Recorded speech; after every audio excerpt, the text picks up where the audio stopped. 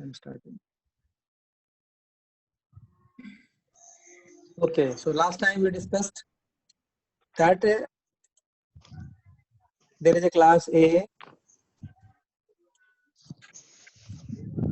which does not have any virtual function.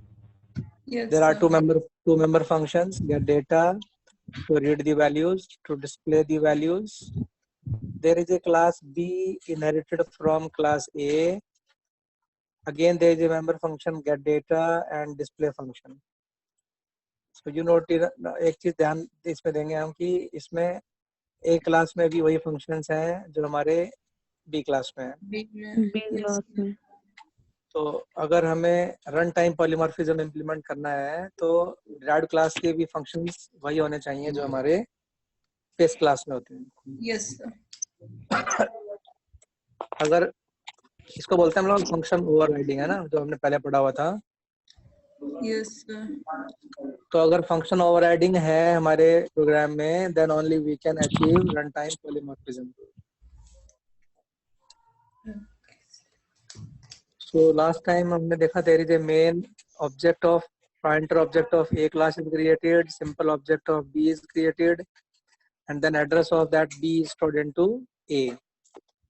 And this is possible because class B is derived from class A.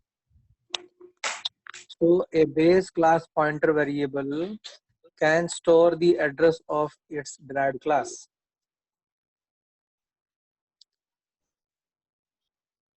So when we store the address of class B into A,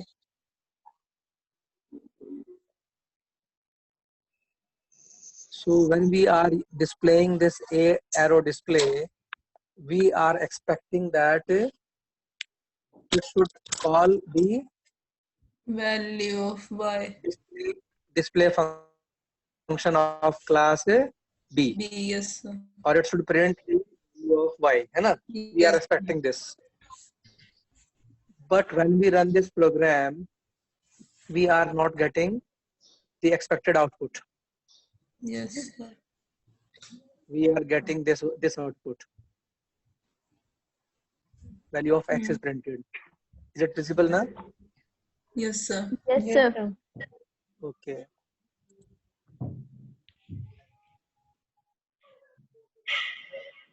So if we want to achieve whatever we are expecting, then we have to make our some of our member functions of base class as a virtual. So if we make this function as virtual, it means all the functions which are derived from this class are also made by default virtual. Yes. sir.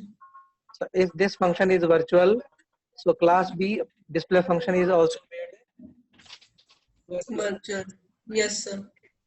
So when we are using the virtual concept, then last time we have seen that